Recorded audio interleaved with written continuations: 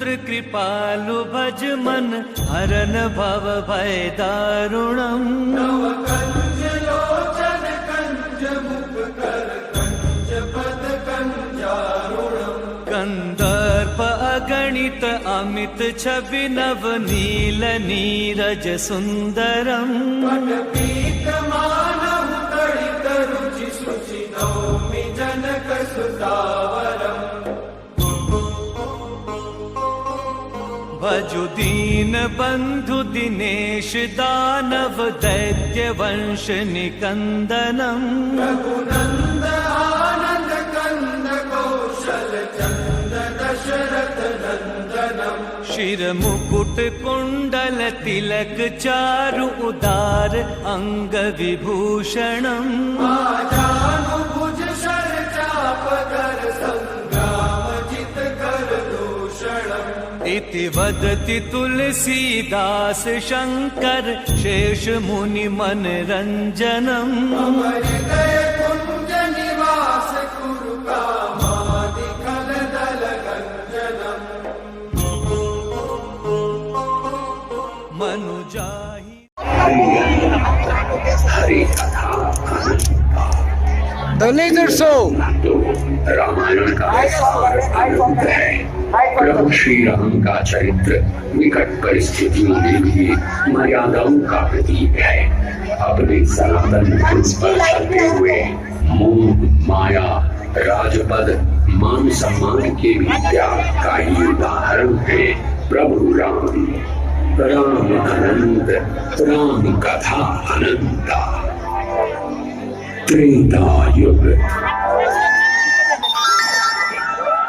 कालांतर में अयोध्या के राजा दशरथ हुए, जिनके राजमहल में 3 रानियों से 4 पुत्र रत्न पैदा हुए।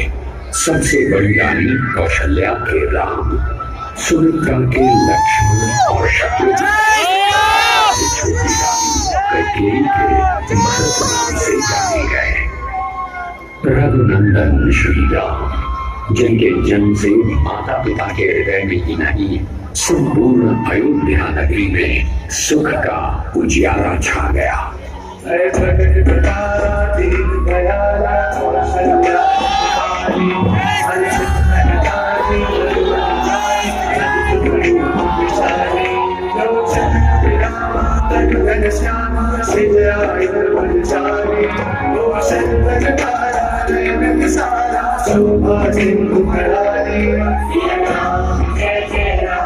समय बीतता है। राक्षसों का प्रकोप बढ़ रहा था।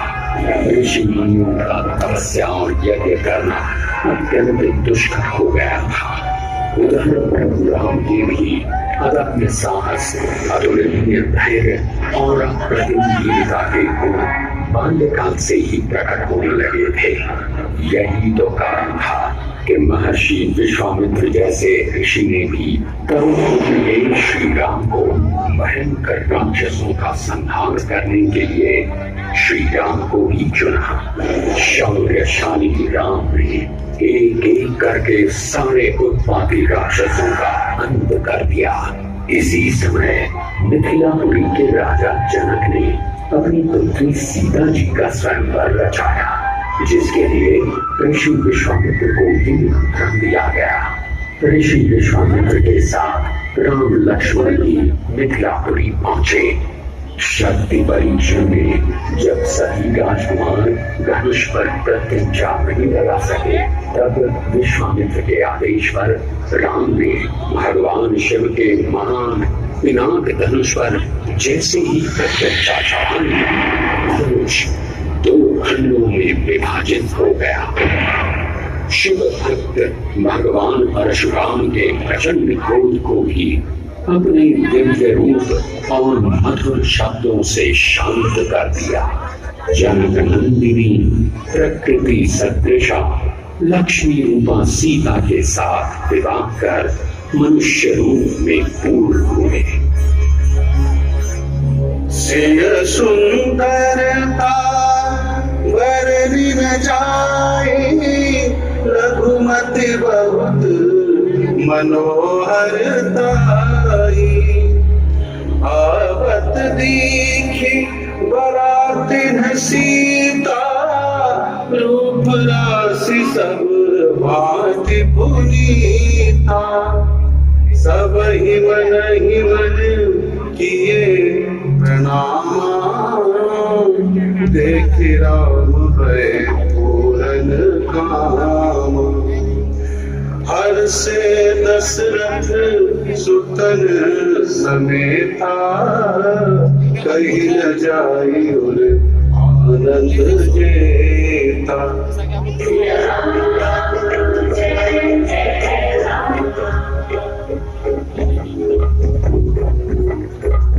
समय बीतता गया और अयोध्या में राम को राज्याभिषेक करने की तैयारी होने लगी। अयोध्या में खुशियों का उल्लास था, पर काल में कुछ और ही छुपा था। राजा दशरथ की रानी कैकेयी ने राजा दशरथ से 2 वरदान मांग लिए, जिसमें अपने पुत्र भरत के लिए राज और राम के लिए 14 वर्षों का वनवास। दशरथ शोक और पीड़ा में डूब से गए। अपने ज्येष्ठ पुत्र राम को वन में 14 वर्ष के वनवास के लिए कैसे भेज देते, जो श्री राम भ्रातृ प्रेम की अनूठी मिसाल है, पिता के दुलारे हैं, मां की आंखों के तारे हैं, जिनके लिए माता कैकेयी का आदेश परम धर्म है, और जो पिता के वचन का पालन करने के लिए निसंकोच वनवास की ओर चलती है।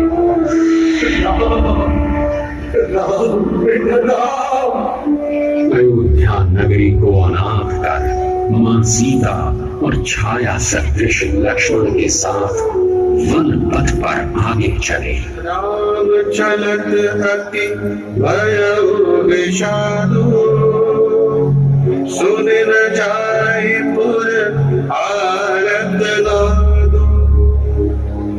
कुसगुन लंक अवध अति सोगु, हर्ष विषाद विवश सुरनु। जिन्होंने वनवास के दुष्कर जीवन को भी स्वीकार किया, निषाद राज केवट जैसे मित्रों को गले लगाते, शबरी के झूठे पेट खाते, दुष्टों का संहार करते, पग पग चुनौतियों का सामना करते, मर्यादा पुरुषोत्तम श्री राम। तभी एक दिन रावण की बहन शूर्पणखा वहां आई और राम या लक्ष्मण से विवाह का प्रस्ताव रखा, जिसे दोनों ने ही अस्वीकार कर दिया, जिसका बदला लेने के लिए वो सीता को मारने दौड़ी। तभी लक्ष्मण ने उसकी नाक काट डाली। तब वो लहूलुहान होकर अपने भाई रावण के पास गई और सारा वृत्तांत बताया। फिर तो रावण सीधा अपने मामा मारीच के पास पहुंचा और कहने लगा, और मैं साधु बन जाऊंगा। तुम राम लखन को बहकाना, मैं सीता को हर लाऊंगा।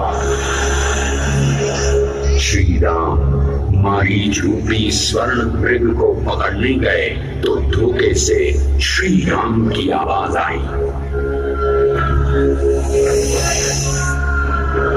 लक्ष्मण, प्रभु राम किसी संकट में हैं और तुम्हें बुला रहे हैं। ठीक है माता, मैं जाता हूँ, परंतु आप मेरी खींची गई रेखा के बाहर मत आइए। इधर रावण साधु का वेश बनाकर सीता का हरण कर लेता है। प्रभु राम, प्रभु राम।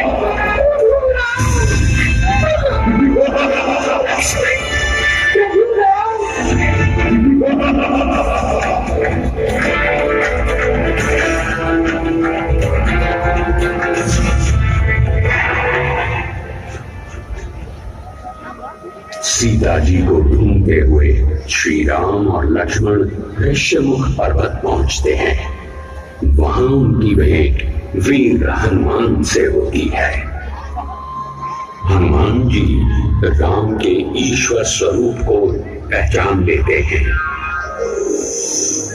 हे प्रभु, मैं आपका सेवक हनुमान हूँ, आप मुझे कैसे भूल गए?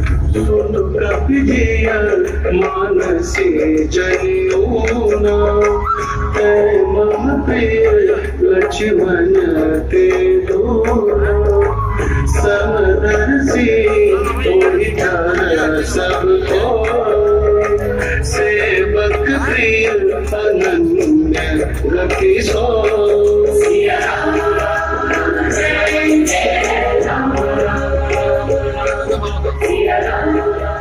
सीता की खोज में वानर सेना चारों दिशाओं में निकल पड़ी।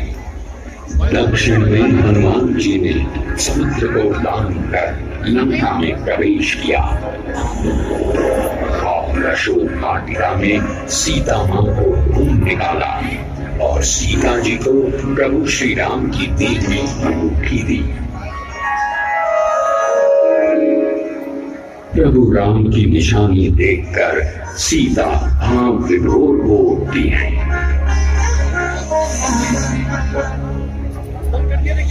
वाटिका में मेघनाद हनुमान जी को पकड़ लेता है और बंदी बनाकर रावण के दरबार में ले जाता है।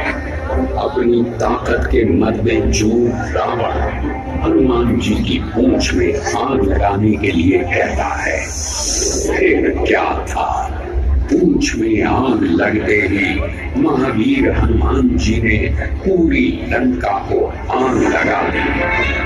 लंका धूम धूम कर जलने लगी। लंका से सीता माता को लाने के लिए समुद्र पार करना आवश्यक था। अब प्रभु श्री राम लंका पर चढ़ाई करने के लिए समुद्र से रास्ता मांगने लगे। प्रभु श्री राम 3 दिनों तक प्रार्थना करते रहे, किंतु समुद्र ने रास्ता नहीं दिया। तभी लक्ष्मण ने प्रभु को समुद्र सूखने के लिए अग्निबाण किया तो समुद्र कांपता हुआ आया और सेतु बांधने का मार्ग बताया। नल और नील की मदद से वानर सेना ने समुद्र पर सेतु बना दिया और प्रभु श्री राम ने वहां शिव भगवान की पूजा के लिए शिवलिंग की स्थापना की और उसका विधिवत पूजन किया। इधर सेतु तैयार होने के बाद राम की सेना लंका में प्रवेश कर गई। दोनों तरफ घोर संग्राम शुरू हो गया। एक एक करके इस संग्राम में रावण के बहुत से सेनापति, मेघनाद जैसे वीर और भाई कुंभकर्ण और रावण की सेना के योद्धा मारे गए। आखिरकार रावण को युद्ध में स्वयं उतरना पड़ा। भयंकर युद्ध होने लगा। धरती मानो कंपित हो उठी, पर रावण तो मायावी था। बाण लगने पर भी मानो बार बार जीवित हो उठता था।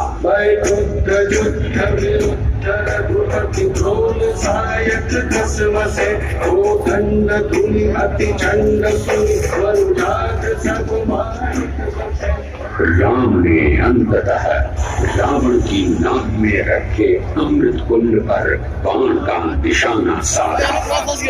श्री राम की कमान से निकले उस तीर से रावण ढल और उसका वध हो गया।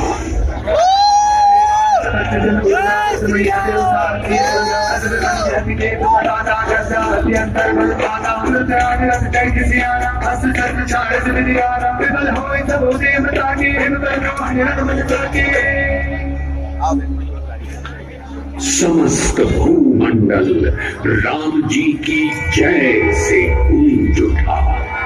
सत्य की असत्य पर जीत, अच्छाई की बुराई पर जीत, धर्म की अधर्म पर जीत हुई। लंका सहित संपूर्ण विश्व में राम राज्य की स्थापना करके 14 वर्षों के लंबे वनवास के बाद भाई लक्ष्मण सहित सिया संग राम वापस अयोध्या लौटे। पुनर्मिलन का सुख रसधार बन आंखों से बह निकला। वर्षों से वीरान अयोध्या की पावन धरती कुछ यूं चहक उठी मानो बंजर धरती को वर्षा की फुहारों ने फैला दिया। श्री राम के अनंत प्रेम से महका दिया। अयोध्या नगरी के घर घर गली गली में असंख्य दीपमालाएं जगमगा उठी।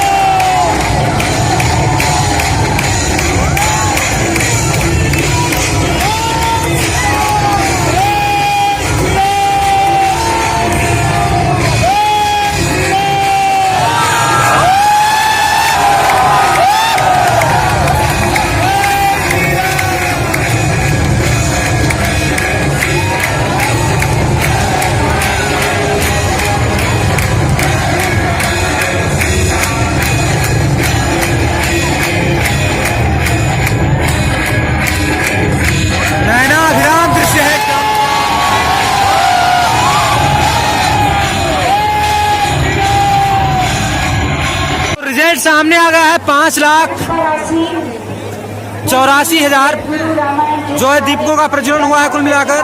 और यहाँ पर इस समय ये बात जो है अभी अनाउंसमेंट की गई।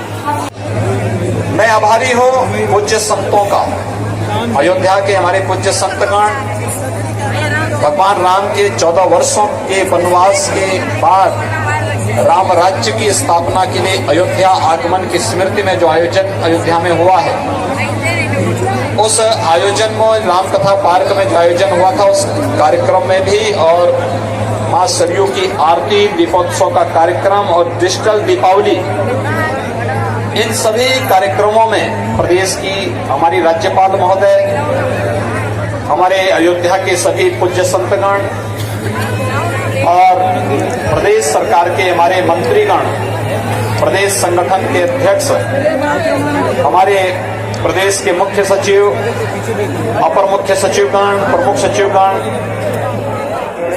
अयोध्या से जुड़े हुए हमारे जितने भी प्रशासनिक और पुलिस के अधिकारीगण हैं, विश्वविद्यालय से जुड़े हुए अधिकारीगण हैं, विभिन्न विभागों के अधिकारीगण हैं, सब ने इस अवसर पर अपनी सहभागिता सुनिश्चित की है और इस दिव्य आयोजन को एक भव्यता की नई ऊंचाइयों तक पहुंचाने का कार्य किया है। वे सभी के सभी बधाई के पात्र हैं। वे सबके प्रति मैं मंगल में शुभकामनाएं व्यक्त करता हूं। भाइयों बहनों, आयोजन हम आपसी संवाद और समन्वय के साथ कर सकते हैं और यह पूरा आयोजन उसकी एक मिसाल है। लेकिन हमें याद रखना होगा, इस बार हमने बहुत सावधानियां बरती हैं।